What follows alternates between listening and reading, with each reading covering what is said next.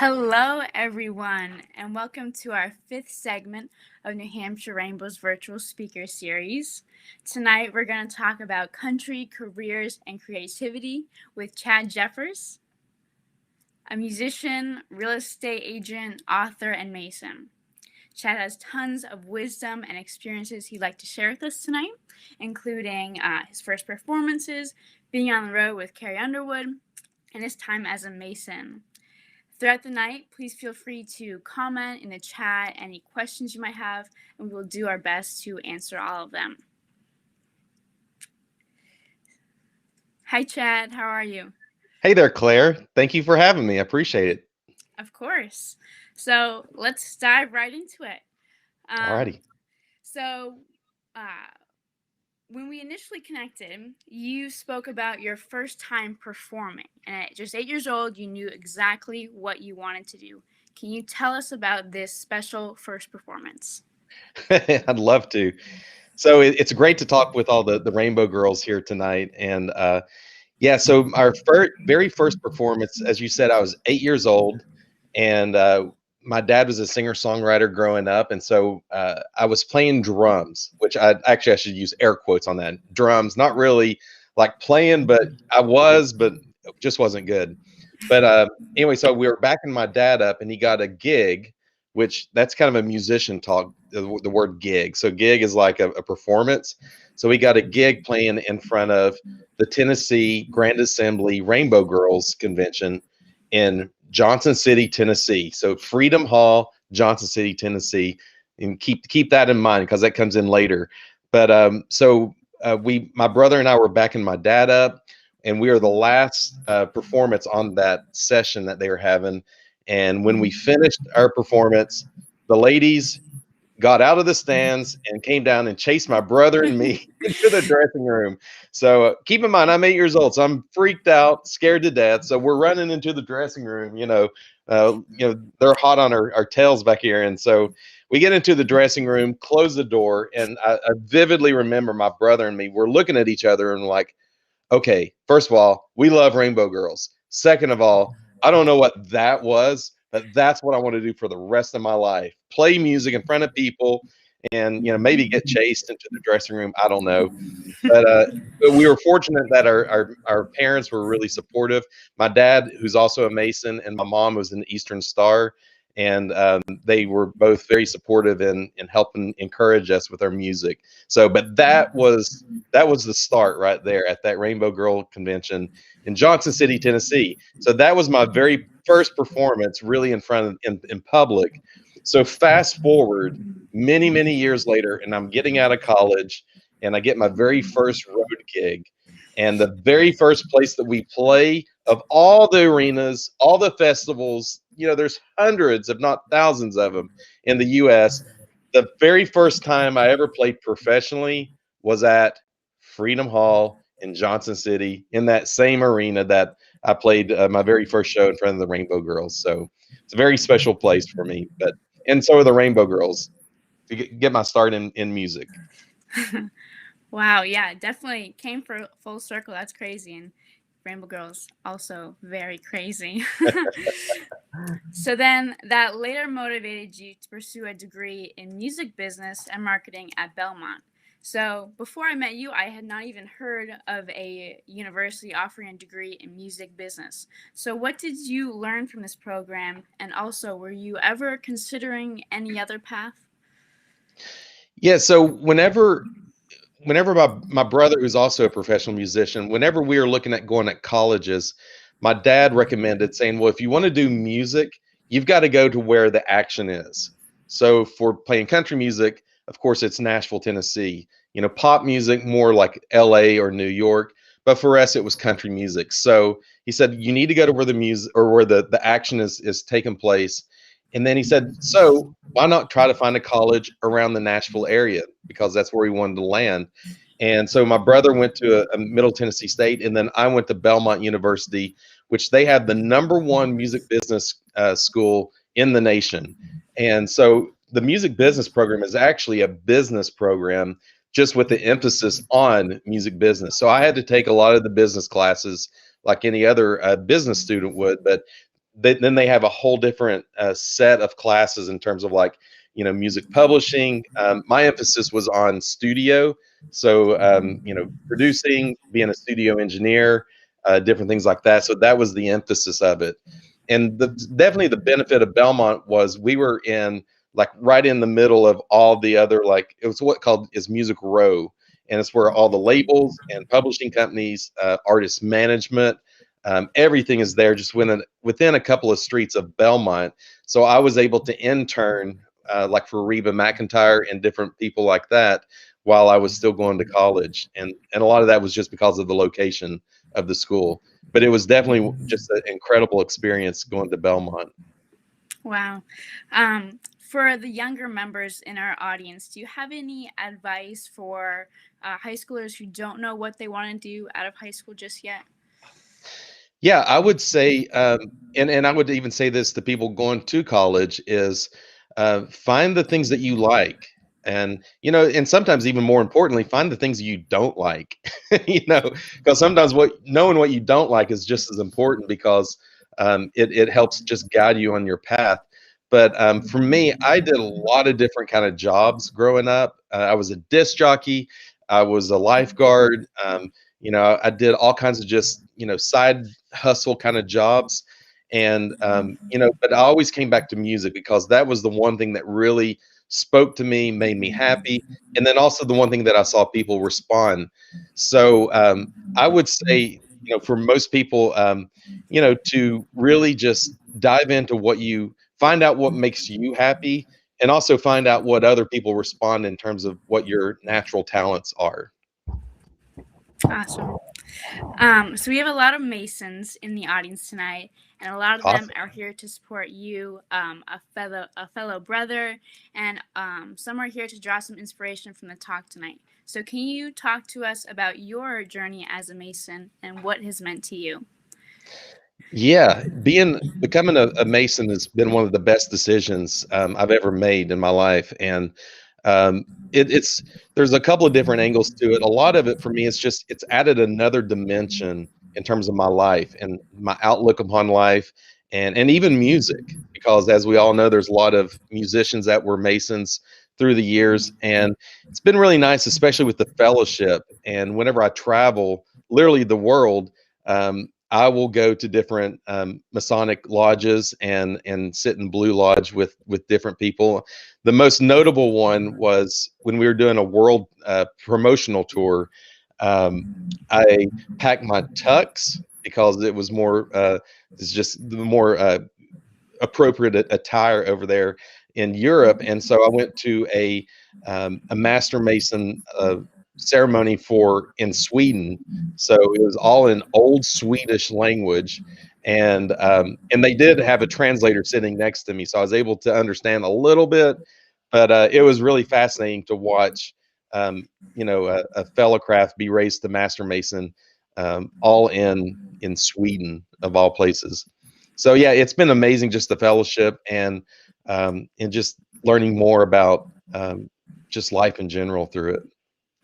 Yes, I'm sure most of our Masonic family can relate to those feelings of fellowship and brotherhood. So, moving a few years down the road, it's 2007, and you get hired by Carrie Underwood. What is going through your brain at this time? um, it was really exciting because I was prior to Carrie, I was out with Keith Urban and Kenny Loggins, and then also I had my own band, Pin Monkey. And our producer was actually Mark Bright, who also produced a lot of the early Carrie Underwood music. And so he was very instrumental in me getting the position there with Carrie. And and yeah, so whenever I got the call, I was actually walking into a songwriting session. And I remember the music director called me and he said, "Hey, I met him like years and years ago, and he just said, I'm now the music director for Carrie Underwood. We're looking for a slide guitar player, which is one of my specialties." He said, "We're looking for a slide guitar player, and you're the guy. Can you meet with management this afternoon?" Like this afternoon. And I was in jeans and a t-shirt and just, you know, not my typical slide guitar. And I said, "Well, yeah, I can do it, but I'm not dressed appropriately. He said, no, no, no. He said, they just want to talk with you. You don't need to play anything. They already know what you can do. And so literally I went after my songwriting session, met with her management, and here we are, 13, 14 years later. Wow, what an experience. And with Carrie Underwood, Keith Urban, Kenny Loggins, you were on the road quite a bit, probably meeting tons of people, lots of late nights. So what was life on the road like?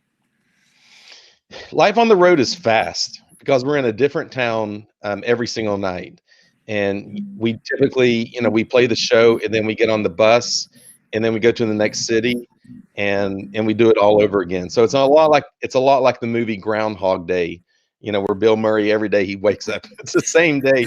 It's very much the same thing with us, except it's a different hotel and a different venue.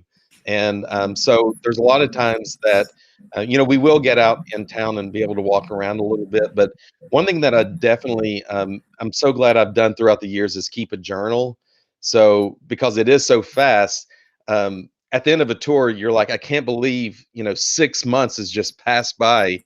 And so a lot of times I go through my journal and kind of reminisce of the places. And actually, you know, a lot of times there's so many places I forget that I was even at because we're moving so fast. So it's nice to keep track of all of that. But life on the road is fun. It's just there's a lot to it in terms of just keeping up and staying healthy and keeping my mind in good shape.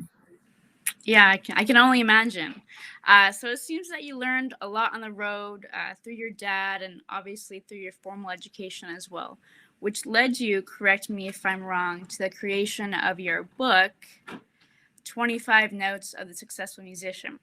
That's So it's right. loaded. Yeah, it's loaded with all sorts of information musicians need to break into the industry, making you like a mentor of sorts. So my question is, how important do you think is mentorship in terms of success for both the mentee and the mentor? Yeah, I believe that mentorship is so crucial. And early on in my career, I had a mentor. He still is. He's a Grammy Award winning artist. His name is Jimmy Olander. He's in a band called Diamond Rio. And back in 1998, I believe it was, is when I first met up with him. And I literally, like any decision I was ever making in music, he was my first call. And it's just been so amazing to have him walk this journey with me through my whole career and to help guide me. And one thing I realized is that, there's a lot of times, basically, if I was like in a valley, if you can imagine like me in a valley and there's a hill in front of me, I'm thinking, oh my gosh, what am I going to do? How am I going to do it? He's basically like the eagle up above me, just saying, hey, look, man, I've already been down through here. You're good to go. Right over that hill. It's smooth sailing for you. And so he always gave me and still does to this day, a lot of encouragement and helps me. And as I've also mentored other people, it's very gratifying, and it's rewarding in its own mind, or its own way, that I love to mentor other people and to help them further along. The way I did this a couple of years ago, I became a professor at Belmont University. They reached out to me and they wanted me to come and teach, and so I was able to go and give back to the university, my alma mater, give back to the university, and help the younger generation. So, but I believe it's so crucial on both sides to be a mentor and a mentee on that. For sure. In Rainbow, we have like a little sister, big sister program because we do realize how important that mentor mentee relationship is. It's Hmm. crucial for success, just like you said. Um, so, you recently made a pretty big transition to get into real estate. Can you talk us through that major decision to do that? Yeah, it's a decision that had been brewing for many, many years. As I mentioned earlier, my dad is a singer-songwriter, and then my mom was a real estate agent. So growing up, it was music and real estate is was definitely in my DNA.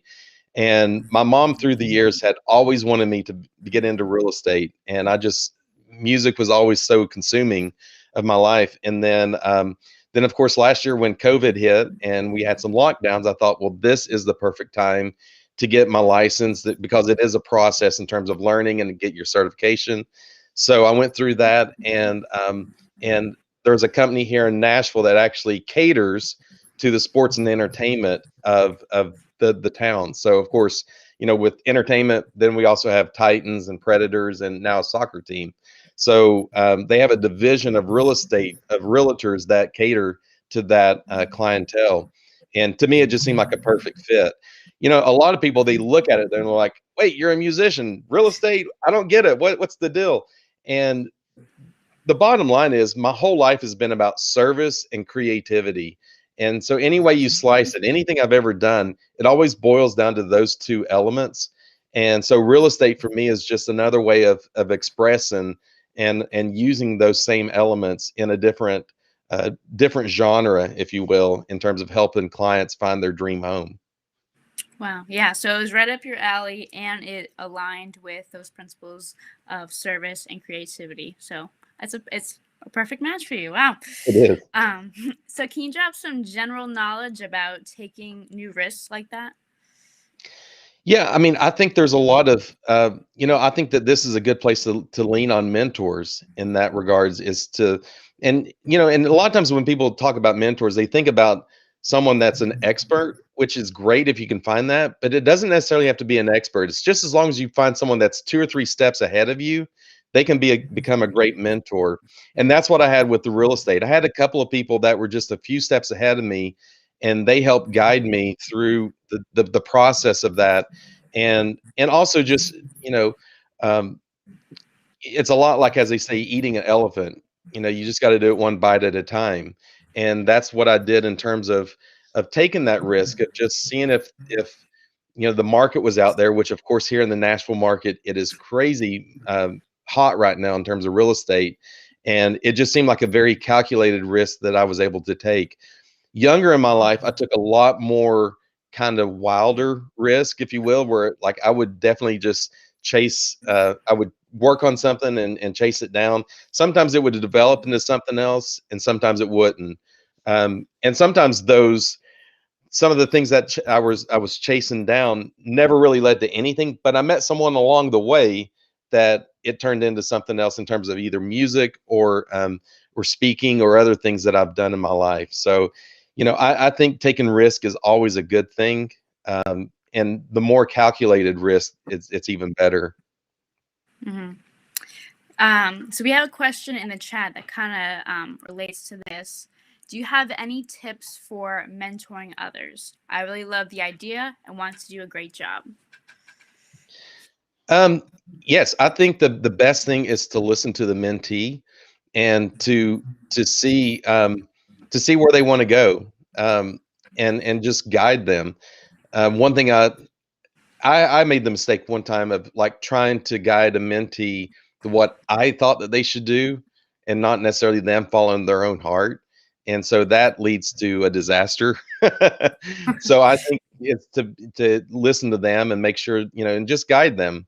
You're not there to solve all their problems. You're just there just to add, give them suggestions and to help lead them. And the other thing is also not to anything that they may not be a success at, that you don't carry that burden on yourself. We all have to make our own mistakes, and once again, you're just there for guidance. That's great. Yeah, thank you. So clearly you've got a lot going for you, and I can imagine a very busy schedule in my mind. So how do you stay focused on what's truly important to you? That's a really good question. Um, One of my favorite questions is why? WHY. Why? So I want to go do this. Why? And usually I'll ask the why question 3 times. Well, I want to go do this because of this. All right, why? Well, because of this and this. Okay, why? And to me, that boils it down to exactly the root of why I'm really wanting to do something. And with that, a lot of times that will help keep me focused on what's important. um, One thing I do more in like a day-to-day mindset is I keep the main thing the main thing. I don't have like a list of 12 things I got to do today. I have a list of 3 things at the most. And those three things are the most important thing. At the end of the day, those will be done, and that's it. And then the other kind of the phrase that I use is either delegate it or delete it. So if there's something on my list that's not what I need to be focused on, then it's either delegate it, have someone, like a virtual assistant, or have someone who's helping you do it, or delete it. And one thing I've noticed is that even in a lot of times whenever I say deleted, people go, "Oh, you can't delete that." One thing I've noticed is that a lot of times when you delete things, it doesn't hurt anything at all. You know, minus not your schoolwork. You can't delete that or delegate that. But there's so many things that really that I found was just more busy work that made me feel like I was actually working when I really wasn't focused on the main thing. So for me, my main thing is music and real estate. And so if I'm not learning songs, performing songs, or doing something more in terms of connections with music, or on the real estate side, if I'm not showing houses or finding houses for clients, then I delete it or delegate it. For sure. And personally, I struggle with that a lot. I make a long to-do list for the sake of being productive. And at the end of the day, I'm waiting for this feeling of, satisfaction or fulfillment, but it doesn't come. So I think Right. what we should do is, practice what you just said. Ask yourself the why 3 times. What are your 3 biggest goals? And do those. And then it'll come. So I think that's great. So while we're on the theme of working on ourselves, let's talk about self-worth. So you put yourself out there every day to all sorts of criticism, but also praise. So how do you keep yourself so level-headed? That's a great question too. Call your mom. Call your mom every day. And then and also join a band, because anytime you join a band, because we all keep each other accountable. But no, seriously, there is something to like your parents and your close siblings. But more importantly, for me, I have an inner circle of people that I really lean on in terms of like some of my Masonic brothers and just some other really close knit people. And we made an agreement, like literally with each other, say, look, if I'm doing something wrong, please tell me. If there's something I'm doing that you see is not working, whatever that may be, let me know. You're going to hurt my feelings, but it's going to be temporarily, and then you can move on from that. But I think it's so important to have people close to you that will actually tell you the truth and not what you really just want to hear. And so yeah, there's a couple of buddies, and we'll do like Marco Polo, like a little app. So we send each other little videos and just to help support each other, but also help keep each other grounded. And usually when we're keeping each other grounded, it's kind of poking at each other and just being fun with it. So, but it's really important to stay grounded though. Mm-hmm. I can imagine. I have 3 siblings. So on the flip side, how do you maintain the amount of confidence to create opportunities for yourself as opposed to just waiting around for them or simply just running away from them? The way in terms of creating opportunities and keeping the confidence, first for me, the confidence, especially musically, is to be prepared. The more prepared I am, the more I walk in confidently to a performance, a rehearsal, whatever that may be. Um, I prepare, like I know the songs and the material frontwards and backwards, and usually even know other parts of the song, like other musicians' parts. Um, so I mean, for me, that's one of the confidence boosters is just being prepared. In terms of creating opportunities, one thing that I've done, uh, you know, I'm not one to wait around for other people. Yeah, I find that, and then I'm just very impatient.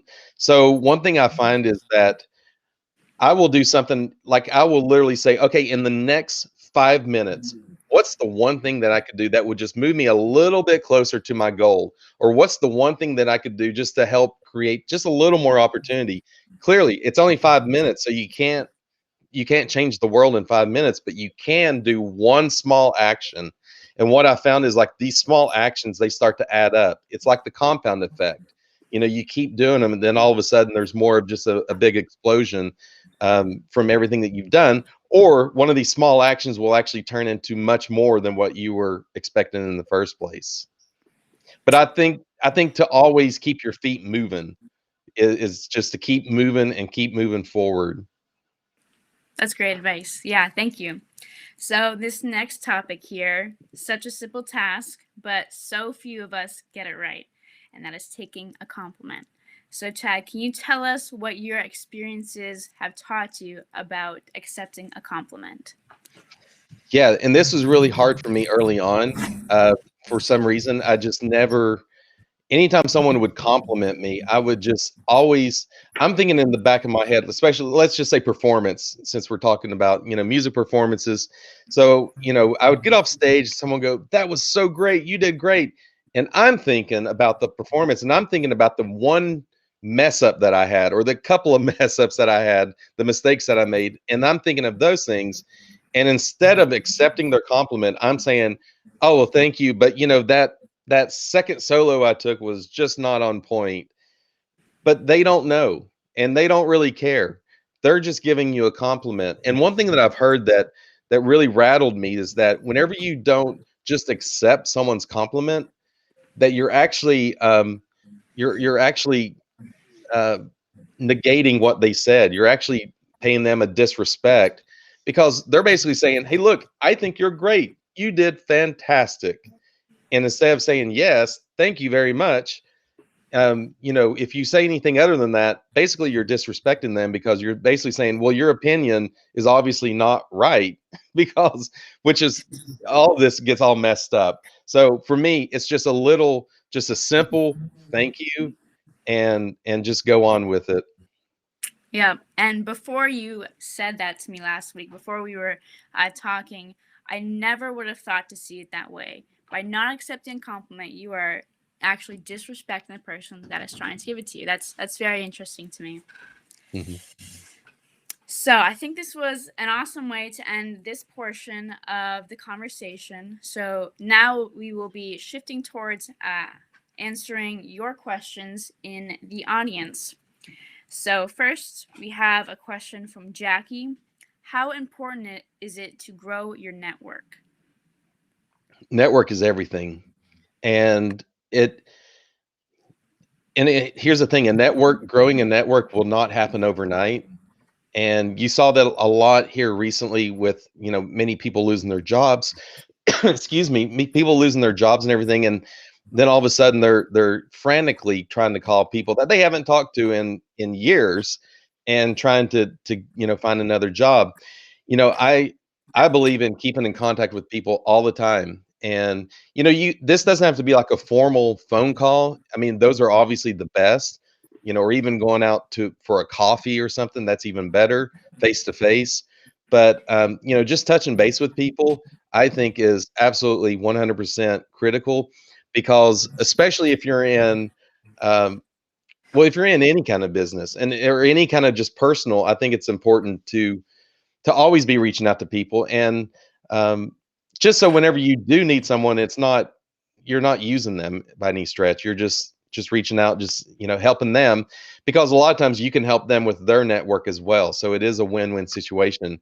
But a lot of times you've got to take the action and you got to take the initiative to make it happen. Sure, it goes both ways. Yes. Um, so we have a question from Andrew. I'm a guitarist in a garage band. They challenged me to learn so much more. What tool do you use to up your game and stretch your technique? To up your game, the best thing is to play with better musicians than what you are, because you're going to come up to their level. And a lot of times that's really intimidating to do that, but that is absolutely the best way. And it happens even in where I am now. Whenever I get in a room with other musicians that are a lot better, I'm like, oh my gosh, this is crazy. But I can definitely see, and part of it is learning the tidbits from like their conversation or something they're doing. But a lot of it is also just playing music with them. Um, and to stretch my technique, one thing I've done a lot is I listen to other musicians that don't play necessarily the instruments that I play. So one of my favorite musicians is Chet Baker, And so my main instrument is dobro, which is a slide guitar. And so Chet Baker plays the trumpet. So those are completely total opposite ends.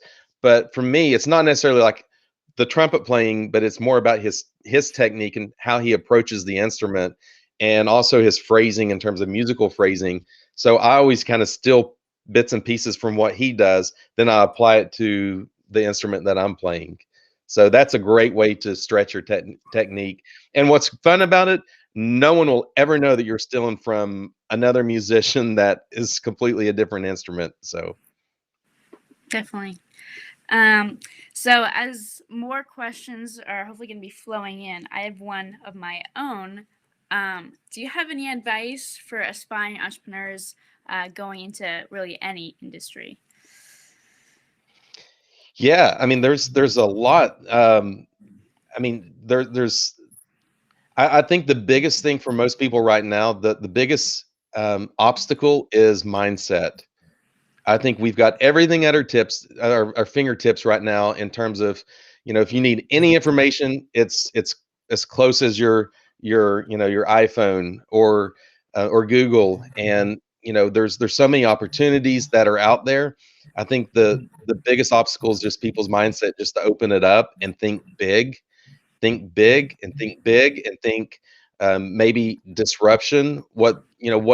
Um, like who would ever thought that hotels would be rivaled by a hotel that has no rooms, or a hotel that has no physical structure in terms of like an Airbnb? Who would ever think taxi cabs would be disrupted by a company that has no cars and no employees of sorts? It's, because of Uber or Lyft, and so there's so many disruptions that are happening that I think that entrepreneurs should take advantage of. And, I think, find out what your passion is with that, and just find out a way to make a disruption in that, um, in whatever genre you're in. For sure, for sure. We have a question from Jackie.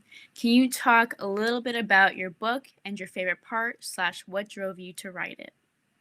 So what drove me to write it? I'll answer that first. Is that I would get the questions all the time from so many people saying, "How did you get a gig with Carrie Underwood?" Or "How did you get a gig with Keith Urban or Kenny Loggins?" Or "How did your band get signed to a major label?" And there's so much to those questions, and it's not necessarily a quick answer. It's a process, and it is a process of the networking. It is a process of doing your due diligence and being prepared and being ready for when the moment happens, of when you get the phone call saying, "Hey, we need a guitar player, and you're the guy. Are you ready?" And so there's a lot of different elements to that. And so I thought, why not put all of that in a book? The other element of it was, there were so many things that I wish I would have known when I first started, and that's what I put in the book. Like all just the little tidbits that would have saved me a whole bunch of time in the early days, especially. And so yeah, that's probably my favorite, or that's what drove me to write the book. One of my favorite parts about the book is I got a lot of quotes from industry insiders, and also musicians who are really close to me. But one of my favorite pieces of advice that someone gave to me was, and it was actually a tour manager. So he was a tour manager and in charge of like the artists and everything that's in a tour. And he had a sign hung up in the production office, and it says, "Be nice or go home." And he meant it. And so, like, if anybody was not nice on the tour, he would send them home, because his whole philosophy was, if you can't treat others with respect and be kind to them, then you're not in the right tour. So you need to move it. So that was one of my favorite pieces of advice. That's excellent advice. Yeah. um. All right. Looking at the questions, I know a pretty popular question that has been popping up for most of these virtual speaker series events has been, what advice can you give to your 15-year-old self? That's a great question too. I would say, work hard and give yourself a break. Don't take everything so seriously, and have fun. And whatever you do, you got to have fun. Because if you don't have fun, your habits will not stick, and eventually it just will not lead to good things. So, uh, just keep moving forward. I think that's, even if it's just small steps, just keep moving forward. A good friend of mine always says there's no such thing as gress. It's either progress or regress. You're not just standing still. You're either moving forward or you're moving backward. And so I always feel like even if I'm taking small steps and I'm moving forward, then that's leading to better things. So that's definitely what I would tell my 15-year-old self. Mm-hmm. Definitely. I think my generation is facing a lot of pressures right now, especially with college admissions, very high stakes Mhm. there, some bad outside influences. So it's good to just stick to be true to yourself, take it easy, just like you said. Yeah. All right, looking at the chat, questions are ceasing just a bit. I'm going to give it a few more seconds for any last minute questions to come through. Joan, if you could play with anyone, who would that be? Or if you could play at any venue, where would that place be? Wow. It's a good question. I think probably Paul McCartney from the Beatles would definitely be one of the ones that I would want to play with. Um, Goodness, there's so many others that have been just so instrumental in my life that I would, like uh, I think Post Malone would be a fun one to play with. Post. I think he'd be great. In terms of venues, places that I've been fortunate to play so many incredible venues throughout the world, from Royal Albert Hall to Sydney Opera House to Red Rocks to the Ryman Auditorium here in Nashville, which is one of my favorites. Probably one of the places that I would love to play would be maybe like Carnegie Hall. I've never played Carnegie Hall, and I think that would be a fun place in New York to play. Sure. I know we have a lot of Post Malone fans in the audience Oh, today, really? including me. Yes. Nice. All right, looking at the chat one more time. Yeah, and also with the Ryman, what's kind of interesting is that I was able, because of COVID. I mean, COVID's getting a bad name for obvious reasons, but because COVID, I was able to get married in the Ryman. So literally, because they were not having any shows there, I was able to get married on the stage at the Ryman back in February. So we were married on the 21st day of the 21st year of the 21st century. That's pretty cool. So how do you see tours popping back up post COVID?